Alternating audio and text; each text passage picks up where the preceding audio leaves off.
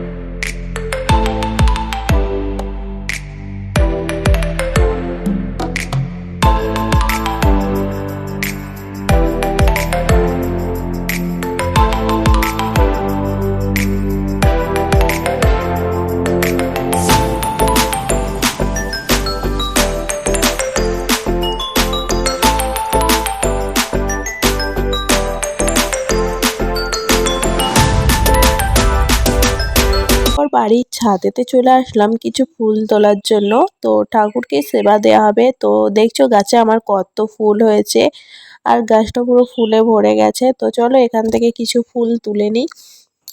আর নিচে তো কিছু ফুল তুলবো। এখানে দেখছো গাঁদা ফুল গাছ আছে, এখানে আরো অনেক রকম ফুল গাছ আছে, সব একটা একটা করে তুলে নিই।